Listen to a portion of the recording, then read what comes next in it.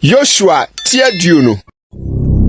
Na Awurade ka kyerɛ Joshua sɛ, ka kyerɛ Israelfo no sɛ, munyi dwane kɔbea nkuro a me na Mose so me ka mo ho asɛm no. Na onipakumfo a obekum obi nsapɛ mu anaa waamo apa no nyane nkɔ hɔ. Na enya mu dwane kɔbea mfiri mogya ho werɛfo nsɛm. Na de udwane kɔ saa nkuro yi bi mu no nyina kuro no pono ano. Na wɔnka ne nsɛm mu kuro no mu mpanimfo aso.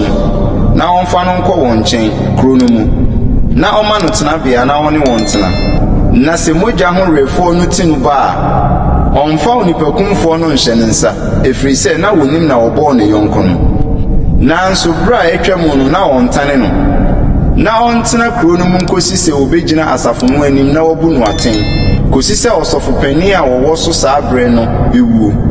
Ɛno ansa na onipakumfo no nsane nkɔ ne kurom ne ne fie, na ɔnkɔ kuro a ofiri mu dwaneeɛ no mu.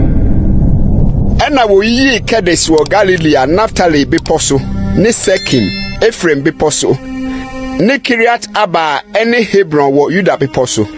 Na Yordan agya, Yeriko apueɛ nso woyi Bese, ɛsrɛ so asase ta so di firi Ruben abusuakuo mu.